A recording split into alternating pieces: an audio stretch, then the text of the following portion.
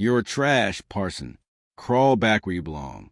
That was the last clear insult Catherine Parson heard before David Pedrick's boot slammed into her wheelchair's broken frame, sending her body sliding across the gritty pavement of the Silver Creek gas station.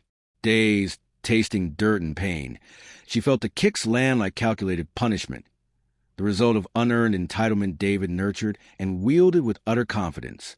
He thought no one in this dark, abandoned lot would ever save her. But just as he raised his leg for the final, disabling blow, the ground began to vibrate with a seismic shudder. 40 engines roared in from the highway, a sudden, intimidating wall of chrome, leather, and thunder surrounding the bully until the malice drained from his smirk, replaced by pure terror. When the truth surfaced, who her father was Captain Parson, David Pedrick suddenly realized he hadn't just attacked a girl in chair. He desecrated the very name this town holds in reverence. Where are you watching from? Stay with me. The deeper truth will hit harder than any kick. Look, here she comes, always pushing, never complaining. The voice, cold and judgmental, cut through the loud, echoing din of the Northwood High hallway. It belonged to an anonymous face, and it was a judgment Catherine Parson had internalized 1,000 times before. She kept her gaze fixed on the floor tiles, her knuckles white as she pushed the worn, slightly sticky rubber rims of her old manual wheelchair. The hallway was Catherine's daily gauntlet, a narrow, sprawling space filled with the oblivious, fast-moving energy of teenagers. It smelled of stale coffee, industrial cleaning fluid, and the overwhelming scent of careless youth. Catherine, 17, navigated with the caution of a soldier in a minefield, intelligent, observant, wrapped in years of self-imposed silence. She was a girl who relied on her chair, and her chair was old, each push a visible effort. Together, they made her the perfect target. The hub of her right wheel gave a familiar, sickening squeak with every rotation. Her shoulders ached from the long journey from her last class. She scanned the packed lockers and milling students, trying to merge with the background noise. Then she saw it, a quiet stretch of hallway near the history wing, clear traffic, a rare mercy. She angled toward the corner, muscles already anticipating the temporary peace. But David Pedrick stopped her first. High school royalty, crisp white shirt, tailored jeans, an air of effortless dominance his inherited wealth had bought him. He saw her straining. He saw her need for safe passage. And with an act of calculated theatrical malice, he dramatically tripped over a chair and stumbled into the wall, turned to smirk at her distress, effectively making her disability the center of a sudden, cruel spectacle. Wait, before I continue, hit subscribe and tell me where you're watching from, because this next part is insane. Catherine Parson had perfected the art of being invisible. In the chaos of Westridge High's morning rush, she'd learned to time her movements between class periods, navigating the crowded hallways when the human current flowed fastest, blend in with the noise, become part of the scenery. Her wheelchair was both barrier and shield. People stepped around her the way they'd avoid a trash can or water fountain, their eyes sliding past without truly seeing. She rolled toward her locker, keeping close to the wall where the traffic thinned. The fluorescent lights hummed overhead, competing with the cacophony of slamming lockers, shouted conversations, and the bass-heavy music leaking from someone's headphones. Catherine kept her gaze low, her dark hair falling like a curtain between her and the world that had decided she didn't belong in it. Yo, David, you coming to Marcus's party Friday? Catherine's hand stilled on her wheels. That voice meant trouble. David Pedrick held court in the center of the hallway like he owned it, which, given his father's position on the school board, he basically did. Tall, athletic, with perfectly tousled blonde hair and a Letterman jacket that screamed privilege, David had the kind of easy charm that made teachers trust him and administrators protect him. Catherine had learned to recognize the particular quality of his laughter, the one that always preceded cruelty. She tried to change course, but the crowd had thickened, bodies pressing from all sides, creating a human corridor with no escape routes. She was committed now, forced to pass directly through David's social circle. Oh, absolutely tragic. David's voice suddenly rang out, theatrical and dripping with false concern. Someone call security. There's a hazard in the hallway. Catherine's heart dropped. She kept moving, eyes fixed on the linoleum ahead, but it was too late. David stepped deliberately into her path and collapsed over her wheelchair with Oscar-worthy dramatics, clutching his shin as though he'd been struck by a car. His backpack tumbled across the floor. Students stopped mid-conversation, phones emerging from pockets like piranhas sensing blood. Jesus Christ, I almost broke my leg. David's voice carried across the sudden silence, loud enough for the gathering crowd. We need, wheelchair lanes or something. Yield signs. Maybe one of those backup beepers. His friends erupted in laughter as someone's phone light flashed, recording. Catherine's face burned. Her hands trembled on the wheels, but she forced him to keep pushing to move past him to escape. David rose slowly, making a show of testing his injured leg while accepting sympathy from a girl with perfectly manicured nails. I'm fine, he said magnanimously, just loud enough for Catherine to hear. Not her fault she can't control where she's going. The crowd parted as Catherine pushed through, their laughter following her like a physical weight. She heard the whispers, saw the phones tracking her retreat. By lunch, it would be on every social media feed. By tomorrow, it would be a meme. She didn't stop until she reached the empty science wing, where the silence finally swallowed her whole. Catherine sat there, staring at her shaking hands, and did what she'd learned to do best. She disappeared into herself, where the humiliation couldn't quite reach, where silence was safety. But somewhere deep inside, a small voice whispered that her father wouldn't have stayed silent. She ignored it. Silence had kept her alive this long. The notification appeared on Catherine's phone during third period.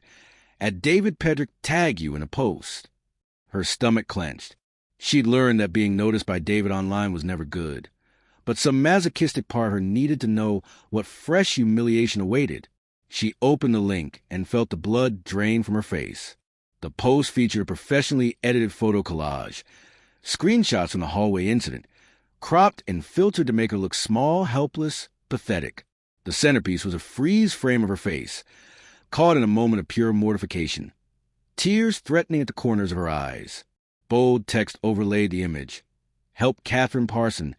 Every student deserves dignity. Below it, David had written a caption that made her want to vomit. Hey, Westridge family. Yesterday, I had a close call in the hallway with Catherine and opened my eyes to something important. We walk past her every day and never think about the challenges she faces. Catherine deserves better than being ignored. She deserves to feel seen. That's why I'm starting to help Catherine Fund. Let's show her that this community cares. Every share helps spread awareness. Hashtag Inclusion Matters, hashtag Westridge Cares, hashtag Be the Change. The post already had 200 likes. The comments were worse. OMG, David, you're literally the sweetest loudly crying face. This is why you're student body president material. So inspiring. Shared. A few voices of dissent were buried beneath the praise. Anyone else think this is weird? And did he ask for permission? But those were drowned out by the flood of performative compassion. Each comment another nail in the coffin of her dignity. Catherine's hands shook as she scrolled. David had created an entire campaign, graphics, hashtags, even a GoFundMe link with a goal of $5,000 to help Catherine with accessibility needs. The description was a masterpiece of manufactured concern, painting her as a tragic figure in need of rescue, conveniently omitting that he was the one who'd made her a spectacle in the first place. By lunch, the post had gone viral within the school. Catherine kept her head down as she navigated the cafeteria, but she could feel the stares, hear the whispers. Students she'd never spoken to approached with pitying smiles, offering words of encouragement that felt like knives. A freshman girl pressed a crumpled $5 bill into her hand before Catherine could protest. For your fund, the girl whispered, eyes shining with tears. You're so brave. Catherine wanted to scream that she didn't want their money, their pity, their attention.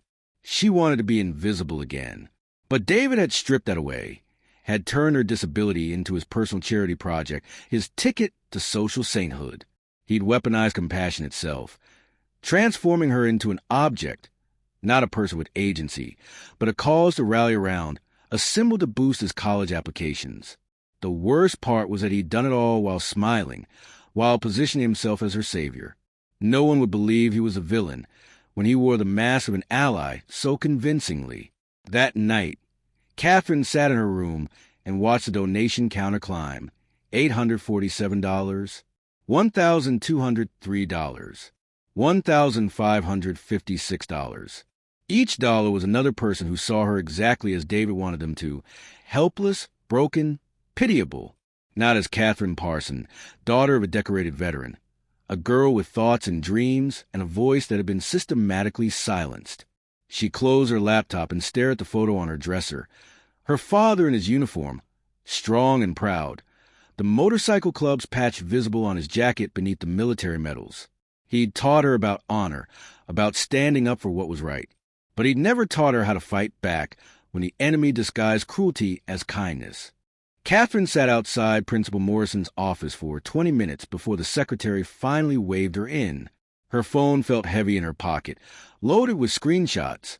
The original hallway video, David's post, the comments section where his friends mocked her under the guise of support. Evidence. Proof that she wasn't imagining things, wasn't being oversensitive, wasn't the problem. Principal Morrison looked up from his computer with the practiced smile of a man who'd perfected the art of appearing concerned while feeling nothing. He was in his late 50s, with silver hair and expensive glasses that reflected the fluorescent lights, making his eyes unreadable. "Catherine, come in, come in. How can I help you today?" His tone was bright, performative, the same voice he used during school assemblies when discussing the importance of kindness and respect. Catherine rolled forward, her prepared speech evaporating in her throat. She'd rehearsed this moment a dozen times in her bathroom mirror.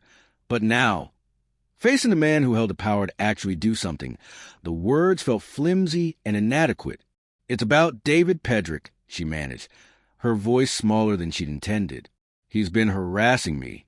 Morrison's smile didn't falter, but something shifted behind his eyes. A door closing.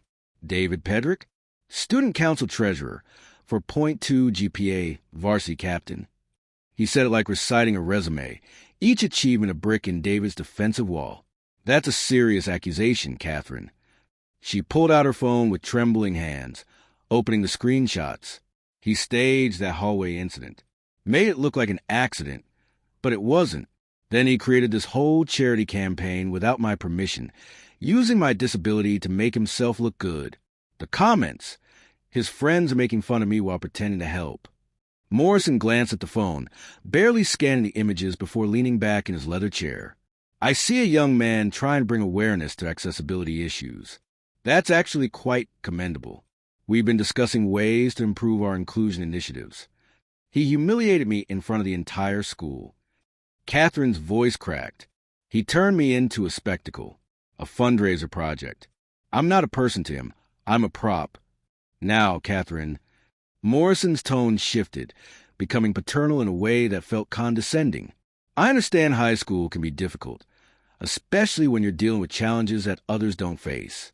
But I think you might be misinterpreting David's intentions. He's actually trying to help you." The words hit like a physical blow. Misinterpreting. Morrison folded his hands on his desk. The picture of reason authority. David comes from a good family. His father sits on our school board, has been instrumental in our new accessibility ramp funding. Actually, the Pedricks have contributed significantly to this school's infrastructure. I've known David since he was in elementary school. He's a good kid. There it was, the real reason. Not evidence, not justice, but money and connections, an invisible architecture of power that protected certain students while abandoning others. "So you're not going to do anything?" Catherine said flatly. "I'm saying that I don't see evidence of harassment here.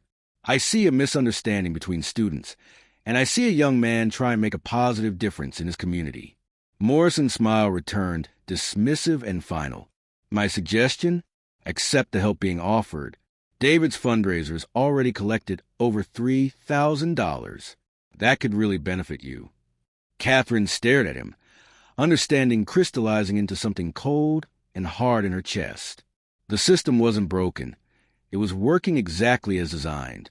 It protected the David Pedricks of the world because their fathers wrote the checks and sat in the boardrooms and made decisions about who mattered and who didn't. She left the office without another word, Morrison's voice trailing behind her. "Keep your chin up, Catherine. Things will get better." But she knew now that better wasn't coming. Not from principals who looked away. Not from systems built to protect power. Not from a world that had already decided her place in it. If things were going to get better, she'd have to make them better herself. She just didn't know how. David held court on the front steps after school. His inner circle gathered around him like courtiers attending a king. Catherine could hear his voice from across the parking lot, loud and boastful, carrying on the autumn wind. Morrison basically told her I'm untouchable. David laughed, loud enough for anyone nearby to hear. Like, what did she think was going to happen? My dad literally pays for half the renovations in this place. They're not going to do shit. His friends erupted in appreciative laughter. Marcus clapped him on the shoulder. Dude, that charity thing was genius. You basically made it impossible for anyone to call you out. You're the good guy now. $3,000 and counting. David grinned, scrolling through his phone. Colleges are going to eat this up. Demonstrate a commitment to social justice and accessibility awareness. That's going straight on my Yale application. Catherine kept her head down as she rolled toward the accessible van parking, but David's words followed her like smoke. She'd known the truth, but hearing him say out loud, hearing him celebrate turning her suffering into resume padding, made her stomach twist with impotent rage. Boy. The single word cut through David's laughter like a blade. Everyone turned. Mr. Hayes stood near the maintenance shed, a rake in his weathered hands. He was maybe 50, with iron gray hair pulled back in a ponytail, a face carved by sun and time, and eyes that seemed to look straight through people.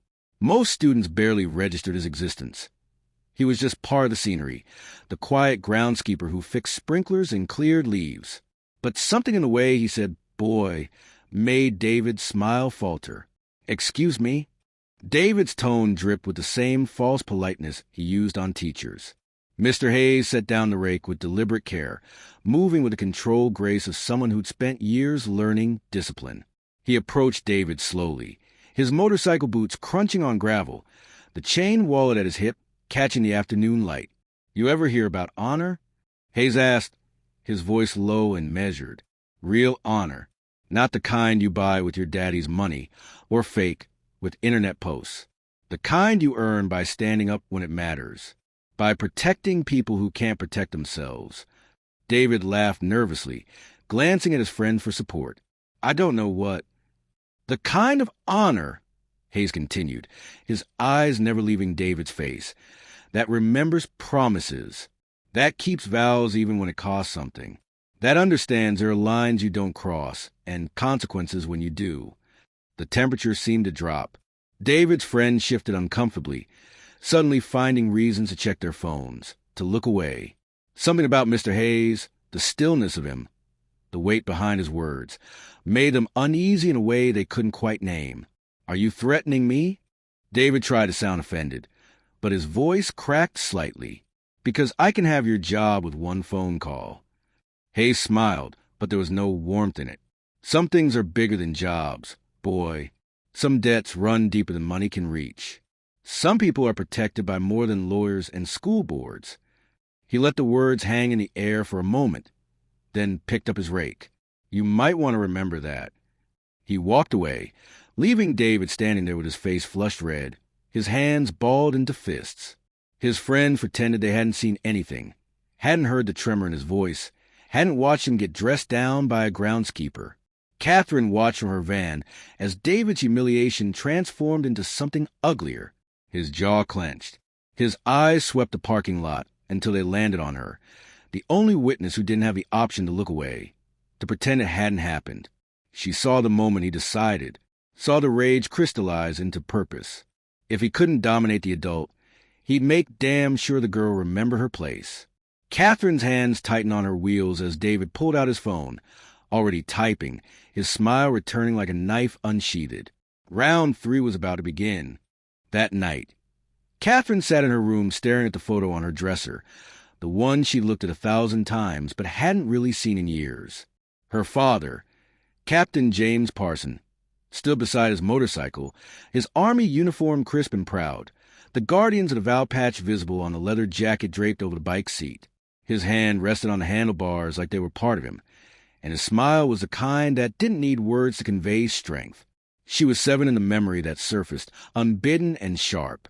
They'd been at the playground, the accessible one across town that her father drove her to every Saturday. A boy, maybe 10 years old, had pointed at her wheelchair and laughed.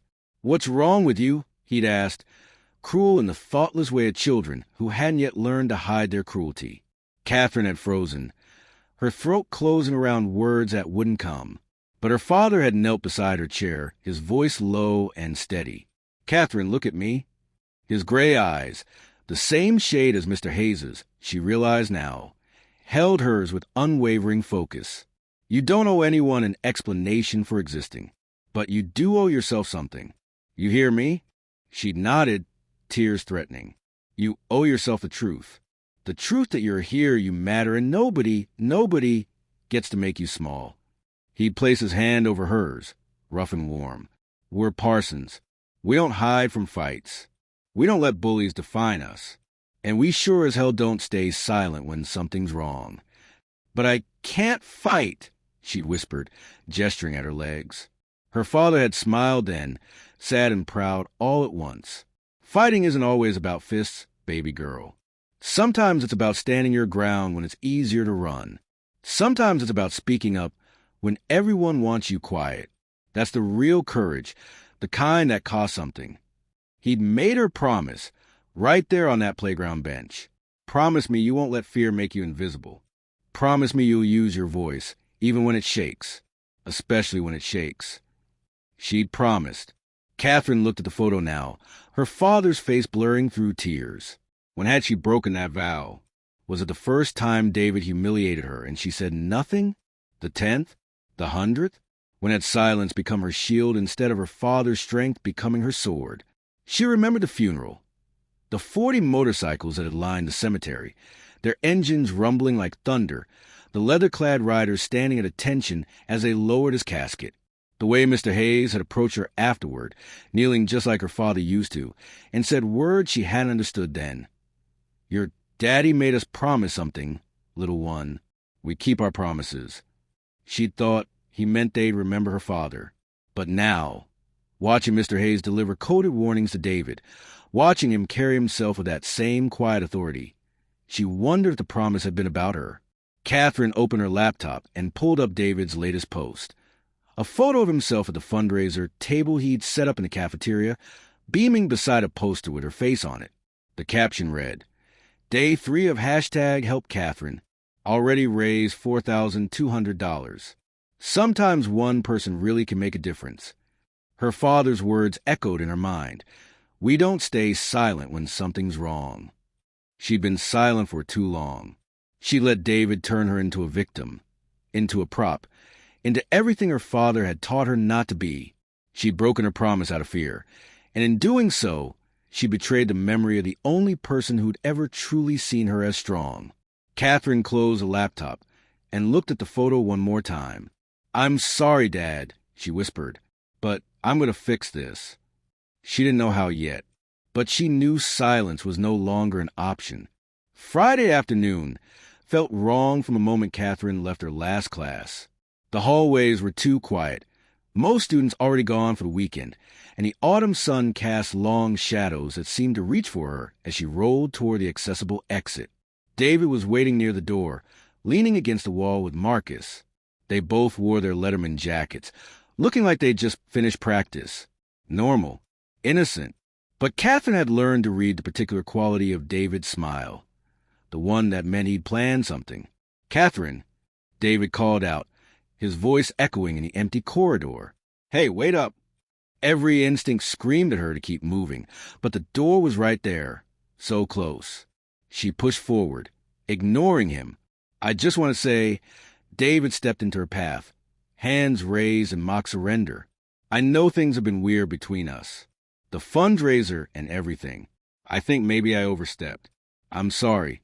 The apology was so unexpected, so seemingly sincere, that Catherine actually stopped. She looked up at him, searching for the trap, finding only that same practical contrition he used on teachers. "I mean it," David continued, pulling out his phone. "Actually, I wanted to show you something. The final donation total. I thought you should see it first, before I post it." He angled the screen toward her, stepping closer. Catherine glanced at the numbers, $5, $8.47, and in that moment of distraction, didn't see Marcus slip behind her chair. Didn't hear the metallic snip of bolt cutters. Didn't notice Marcus straightening up and nodding to David. "Anyway," David said, pocketing his phone, "have a good weekend, Catherine. Be careful out there." The words felt like a threat wrapped in courtesy. Catherine pushed past him and through the door, her heart hammering. Something felt off, wrong, but she couldn't place it. The wheelchair moved normally, the wheels turning as they always did. She was halfway across the parking lot when she heard it. A grinding sound, metal on metal, coming from her right wheel. The chair pulled hard to one side, the movement jerky and unstable. Catherine tried to correct, but the grinding grew louder, more insistent. Then she felt it give. Not completely, but enough. The wheel hub had been compromised, weakened deliberately. If she kept going on the main road with its hills and rough pavement, the wheel would collapse completely, leaving her stranded on the shoulder of the highway as traffic rushed past. Catherine's mind raced. Her phone was at 8% battery. The accessible van service had already left. Her mother wouldn't be off work for another 2 hours. She could go back inside. But David and Marcus were probably still there, watching, waiting to see if their trap had worked. The alternative route flashed in her mind. The shortcut to the old industrial area, to Silver Creek gas station. It was longer but flatter, the pavement smoother. She could make it there, call for help from inside where it was safe and lit. The owner, Mrs. Chun, knew her mother. She'd help. Catherine checked the wheel. It was holding, barely. She'd have to go slow, careful, but it was possible. She didn't see David watching from the second-floor window, phone in hand, already typing a message. She didn't know that he'd been counting on her taking the back route. She didn't realize that Silver Creek gas station, at this hour on a Friday, would be completely empty except for the night attendant, who conveniently received an urgent family emergency call 30 minutes ago. Catherine pushed forward, the sun sinking lower. The grinding of her damage was like a countdown timer she couldn't see. The Silver Creek gas station sat under flickering fluorescent lights, casting everything in harsh white and deep shadow. Catherine's damage finally gave out completely as she rolled onto concrete, the hub snapping with sound like breaking bones. The chair lurched sideways, nearly throwing her, and she caught herself against the ice machine, breathing hard. The lot was empty. The station windows were dark except for the emergency lighting. No cars at the pumps. No attendant visible inside. Then she heard the footsteps. David emerged from behind the building, still wearing his Letterman jacket, his phone already recording. He wasn't alone. Marcus and 2 others flanked him, forming a semicircle that blocked her exit back to the road. "Wow," David said, his voice dripping with theatrical concern. "Looks like you're having some trouble there, Catherine. That's unfortunate." Catherine's heart hammered against her ribs. Her phone was dead now, useless weight in her pocket. The closest house was half a mile away across an empty field. "You did this," she said, her voice steadier than she felt. "You cut my wheel." David laughed, spreading his hands. "Me? I'm just a concerned citizen checking on a classmate in distress. Right, guys?" His friends nodded, smirking. "Although I have to say, this whole situation is pretty pathetic.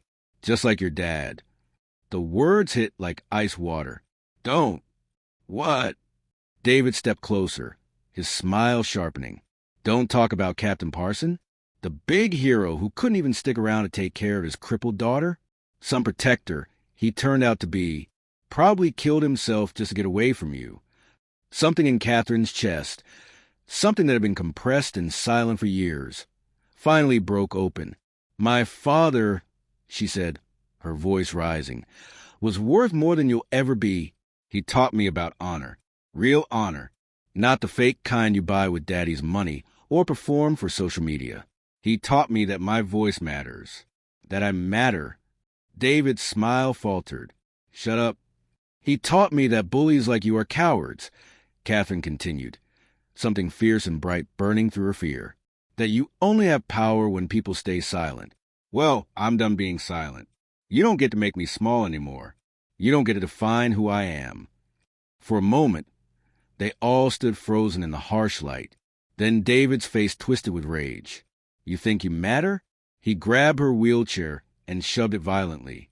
Catherine crashed to the concrete, pain exploding through her shoulder. You're nothing. You've always been nothing. He kicked the chair, the metal frame screaming as it bent. Kicked it again. The wheel he'd sabotaged broke free completely, skittering across the lot. Marcus and the others stepped back, their phones lowered, suddenly uncertain about how far this was going.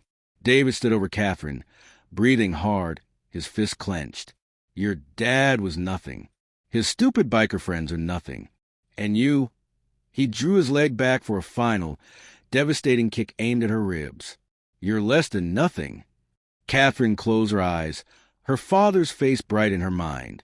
Then the ground began to shake. It started as a rumble, so deep she felt in her bones before she heard it. The fluorescent lights flickered. David froze, his foot still raised, confusion replacing rage on his face. The rumble grew into a roar. 40 engines, powerful and perfectly synchronized, rising like thunder from the highway. David's face went white. The motorcycles swept into the lot from 3 directions simultaneously, their headlights cutting through the darkness like searchlights, surrounding David and his friends in a perfect circle. Chrome gleamed. Leather creaked. 40 riders sat motionless on their bikes, engines idling, their presence filling the space with barely contained power. The lead rider pulled off his helmet. Mr. Hayes looked at David with eyes that promised consequences, his voice carrying across the sudden silence. You just cross a line, boy. The guardians of the vow remember promises. David's leg was still raised, frozen mid-kick, like a statue of his own cruelty. His friends had already backed away, hands raised, phones forgotten, the circle of motorcycles idle with mechanical patience.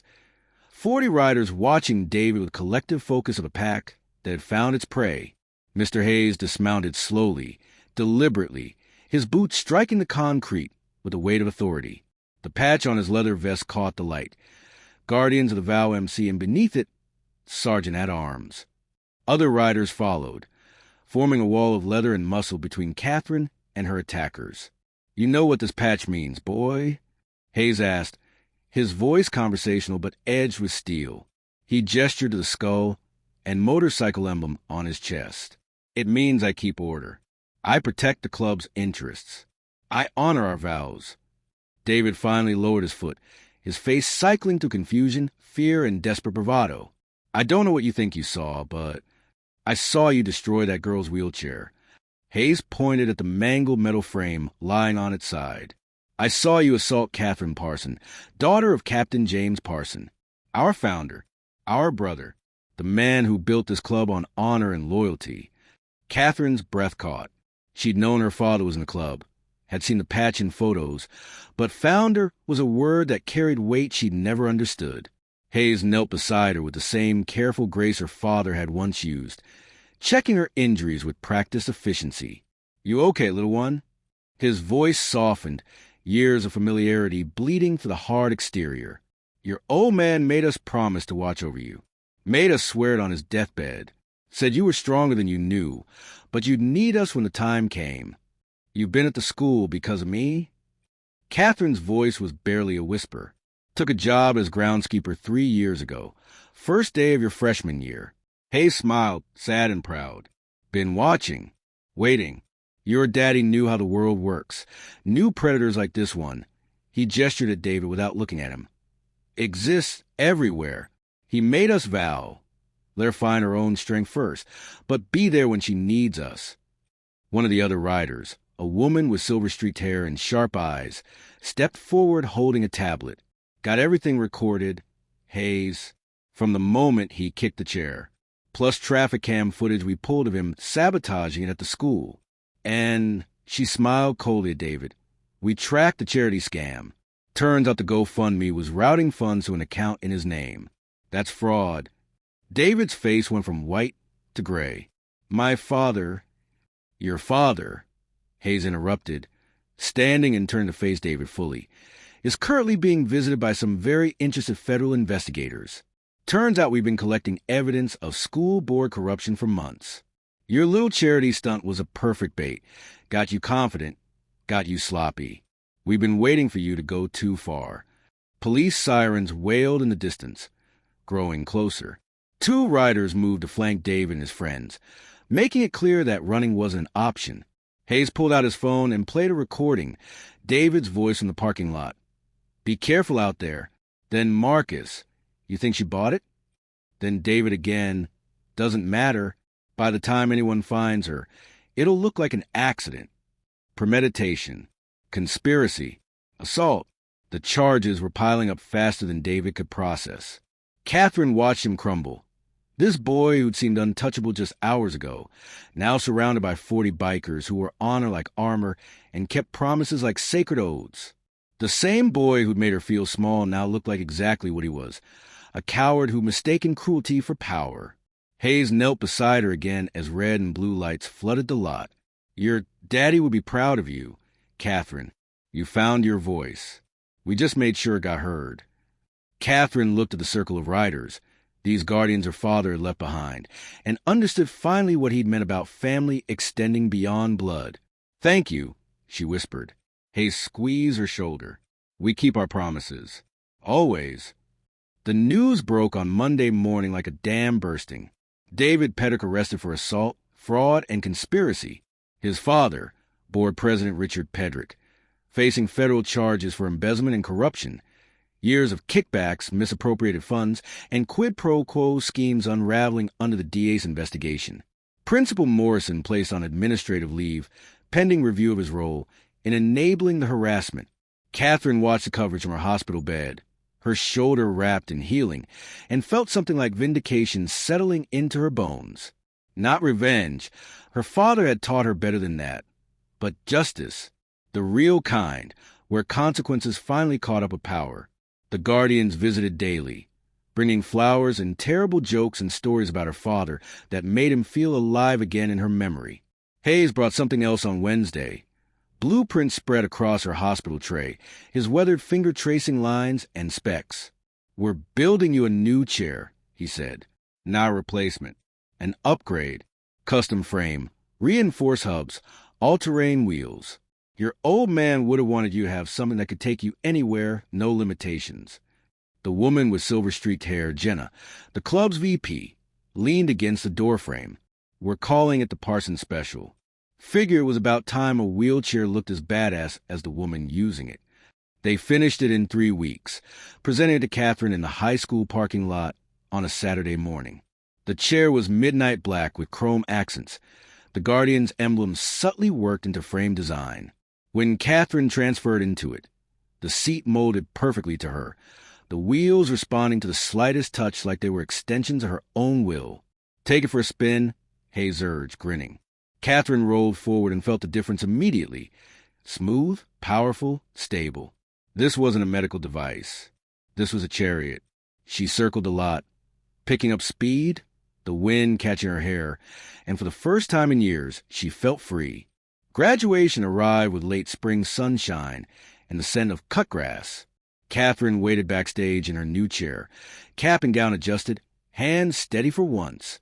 She'd given the valedictorian speech, the one David had expected to give before his expulsion, and now faced the final walk across the stage. The auditorium doors opened, and she heard them before she saw them. The rumble of 40 motorcycles idling in formation outside, their presence impossible to ignore. Hayes stood at the stage entrance in his cleanest leather vest, offering his arm an escort. Ready, he asked. Catherine nodded. She rolled onto the stage, and the gymnasium exploded. The entire student body rose in standing ovation, the sound deafening and genuine. Teachers applauded. Parents cheered. But it was the sight of the guardians of the vow lined up outside the open doors, 40 strong, standing at attention with their hands over their hearts, that made Catherine's eyes burn with tears. She wasn't the girl who'd hidden in empty hallways anymore. She wasn't the silent victim who'd let fear define her. She was Catherine Parson, daughter of Captain James Parson, protected by the guardians of the vow, and she had found her voice. Principal Morrison's replacement, a woman named Dr. Chin who'd already implemented new anti-bullying protocols, handed Catherine her diploma with genuine warmth. "Congratulations, Miss Parson. Your father will be incredibly proud." Catherine took the diploma and turned to face the crowd, the guardians, the future. Hayes caught her eye and nodded once, a gesture of respect between equals, between family. She rolled to center stage, raised her diploma high, and let the ovation wash over her. The girl who once believed silence was survival now understood that her voice, amplified by honor, protected by loyalty, and rooted in her father's legacy, was the most powerful weapon she'd ever possessed. The Guardians' engines roared to life outside, a thunder of celebration that echoed across the parking lot and into the town beyond. Catherine smiled. This was just the beginning.